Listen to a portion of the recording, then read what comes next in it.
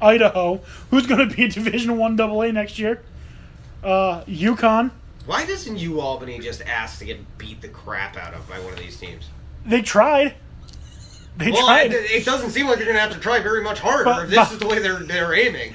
About 5 years ago, they were supposed to play Cincinnati. They're working their way up. They've played 2 FBS opponents, and they're playing a third one this season. I'm going to write a letter to Urban Myers. You want a cupcake? We got one. You want a cupcake? Come to UAlbany come at to the beginning of UAlbany. the year. I will literally bring you a cupcake on the sidelines and be like, told you. Yeah. South Carolina plays NC State. Okay, that's not a bad game. Louisiana Tech, which again, I'm pretty sure beat South Carolina. Better. Wofford. Okay. With the exception of Wofford, they have the hardest out-of-conference schedule. And then Clemson. Hands down. Yeah. Hands down, they at least try to go up against opponents. Tennessee has Georgia Tech, Indiana State, UMass, Southern Miss, okay. Texas A&M, UCLA, Nicholls State, Well, that makes up for the UCLA. Louisiana Lafayette, and New Mexico. Okay. And finally, Vanderbilt starts off with Middle Tennessee, Sure. Alabama A&M, Of course. Can't not include them. Kansas State. It's like I'm expecting like Alabama Tech and be like, that doesn't exist. There's no technical college in Alabama. And then Western Kentucky. I wonder how long it's going to take for someone to schedule the New Jersey Institute of Technology for a game. I remember, speaking of NJIT. When they beat Michigan? Yes. Why is it Michigan that always gets crapped on by schools no one's ever heard of? Like Appalachian State that one year where they lost the home opener? Listen. That's my favorite college football game of all time. Oh, absolutely. I'm just so the angry. look on Lloyd Carr's face was priceless. If I had bid $50 on that, that would have bought me a car. Yeah.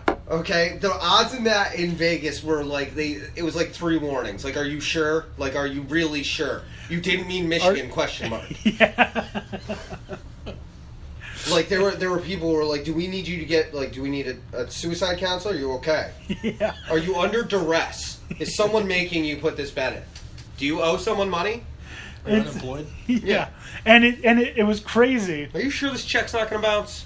Because I think Michigan was like a 55-point favorite. Oh, yeah.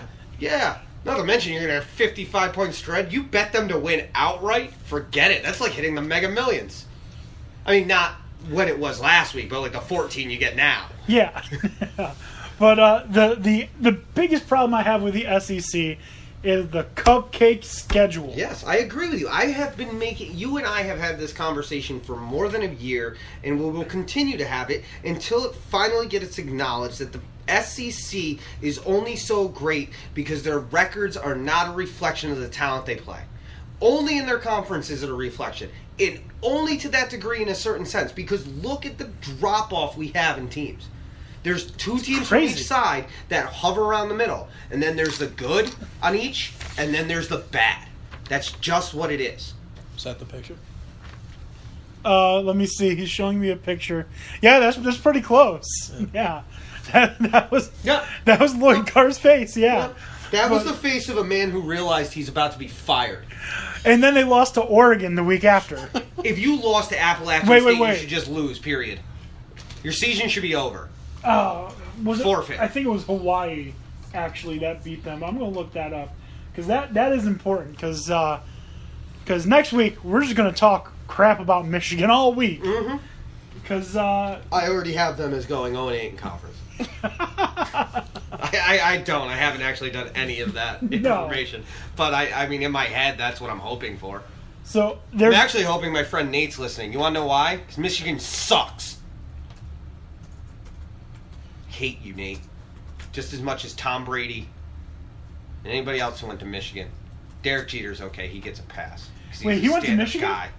Yes. Derek Jeter went to Michigan, yeah. Michael Phelps went to Michigan. It was the only blemish on his otherwise perfect career. Okay, so it was 2007 that Appalachian State beat Michigan 10 years ago. Well, So let's On this date? No. Oh, darn. I knew it wasn't going to be. It's too early in the year. All right. I'm looking up the season. But while we do that, I want to present my way to fix multiple problems in college football. This cupcake schedule being one of them. Mm-hmm. Playoffs. Expand to 16 teams. Obviously. The way you do that is you take away all but one out-of-conference schedule. Or Sure. out-of-conference game. You play that one out-of-conference game, and you will be judged on the team you pick. So, and it will take into account when I'd say you could eliminate it in half. It'll take into account when you schedule them. Like, for example, when Because Washington... I don't mind a team having one cupcake to start their year, or a lesser school that's going to get paid money by the school to basically be a punching bag. But I also think that if you give them two, you better get a quality opponent in there if you want to be considered. You better happen. And it'll be taken into account, because some of them get scheduled years in advance. Right. Well, obviously, there's contracts that go around. That's why the Oklahoma situation with Ohio State is what it is. I mean, Ohio State played Oklahoma there. Now they return the favor and they come and play in the horseshoe. Right. Like, when Washington contracted against Rutgers, they were both about equal. Mm-hmm. Not the case anymore. Not even close anymore. No, obviously. One's been to the college football playoff. The other one hasn't been to a playoff in God knows how long. All right. So here we go.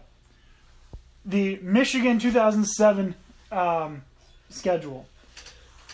They lost to Appalachian State 34-32. Got shellacked by Oregon 39-7. Then they crushed Notre Dame 38-0. Beat number 10 Penn State, boo, 14-9. Beat Northwestern 28-16. Beat Eastern Michigan, bet you're proud of that, 33-22. Beat Purdue 48-21. Beat Illinois 27-17. Beat Minnesota 34-10. Beat Michigan State 28-24. Lost to Wisconsin 37-21. Lost to Ohio State 14-3. Beat Florida 41-35. Further proof that the SEC is garbage. Yeah. Further proof, right there. And I want to ask you now, I guess, since we're talking about SEC. Next week, I want to talk about, because college football starts next week. Mm-hmm. I want to talk about matchups, and I'm going to select a few games, and I want to get people's thoughts on how it's going to go, keys to the game, players to watch, etc. We'll talk about one right now that I guess we'll touch on again next week. Michigan versus Florida. Now that the 7 starters from Florida have been suspended, do you think that's going to change the outcome at all? I think it can. I mean, I can't say. It's hard for me to gauge that because I don't know which Michigan team we're going to get. Michigan has been so depleted over what was left for the draft. On top of it, this is the first year that all of the recruits and all the players on the team are all Harbaugh's. So we don't know. It's kind of a mystery what we're going to get from Michigan this year. That being said, Florida is at a severe disadvantage if they're going to suspend players for one game, and these 7 players, it's a hell of a game to be suspended for is against Michigan in the opener. It's like Ezekiel Elliott being suspended against the Giants. True, but I'm okay with that. Yeah. I'm not not really. I'm not okay with it fantasy-wise, but I'll deal with it because the Giants will probably more likely get a win for it. Or at least have more of an advantage. So, I mean, this is going to be detrimental to Florida, but I don't know what Michigan team we're going to see. I was of the impression Michigan was going to win anyways. I think it was going to be a close game. I give Michigan the advantage now. I have to. I can't not give them the In my opinion, it goes from a 27-21 game to a 35-10 game. It could be. I could see that swing. I think I might be close to that, but I'm not by much. Maybe 17 to 30 and change. To have a freshman, it's not gonna be close. To have a freshman quarterback without his best wide receiver. Yeah, and going up against a Michigan team that you have no idea what to expect. Yeah. It's like you're like fighting Conor McGregor, but you're not Floyd Mayweather. Yeah, no, you're me. Yeah. So you're gonna lose. It definitely does change it. I do like the idea. We should break down a couple of big games.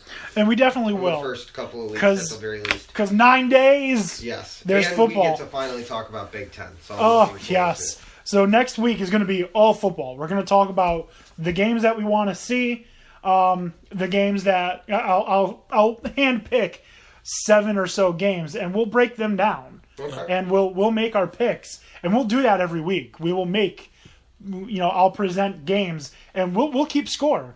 We'll see how we do. We can do that. Like I said, I'm gonna keep my own with the blog when I start that, but that's gonna be against the spread. So I'm keeping mine against the spread. But if we want, we'll do straight up.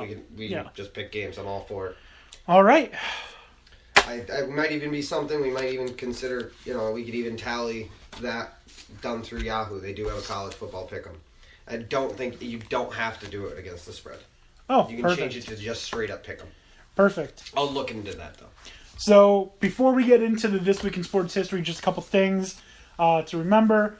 Our fantasy football draft is this Saturday. Yep, 6 o'clock, right? 6 o'clock. I'm going to be here. Dan Beebe's going to be here. Christine's going to be here. Watching. Yeah, we're going to... we might broadcast. Don't know. It's going to be a lot of fun. Oh, yeah. It might be a special edition. I will let you know if I will be here or not. I cannot guarantee. Yeah. Plans are still up in the air. Yeah, if you can, get here, I'd say at like 5:30, everything's set up. I'll let you know. I may be drafting from the Altamont Fair. I don't know. From the Altamont Fair. Yeah, so I'll be live from there. You guys can find me. Yeah. You find me, leave me alone. I'm drafting. Actually, that's the reason why I'm not going to be at the Floyd Mayweather thing, because we're going to Syracuse for the State Fair the day after. Ooh, fun. Yeah. Fun. Very nice. Yeah. I'm making it a weekend of golfing and betting and boozing, so that's my goal for it. Right. So track and vacation. Track and vacation. All right. Make sure to check us out on Facebook, Dan D'Antoni Sports, on Twitter at Dan D'Antoni. We have some good friends, Not a Clue Podcast. They've been, talking us up, and we're going to return the favor right now. They are a lot of fun to listen to. The 26th, which is not this Saturday, the Saturday after, they're going to be broadcasting a football game, which is a lot of fun. Sweet, good for them. Yeah. Awesome. So they've definitely got some good things. Again, that's Not a Clue Podcast, Not a Clue, NOTACLUE, one word, podcast, obviously. Mm-hmm. On Twitter, they're Not a Clue Pod. So definitely check them out. No conflicting stuff because they're on Saturdays, we're on Tuesdays. You can listen to us both. Even better.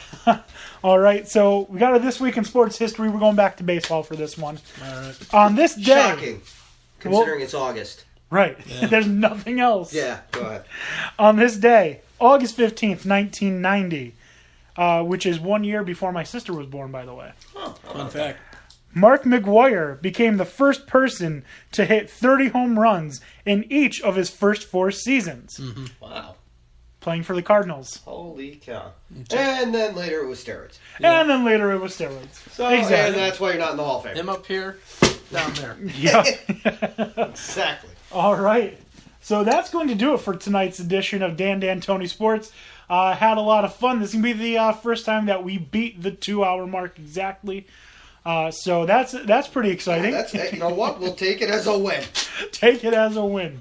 Not that it's fun having you guys go, but I'm a little sick and I've got to go to bed. Yeah. I don't blame you. This has been a wash of a day, and this is the highlight of it, so thanks for listening. All right, for Dan Snyder, Tony Casper, and Dan Beebe, have a good night.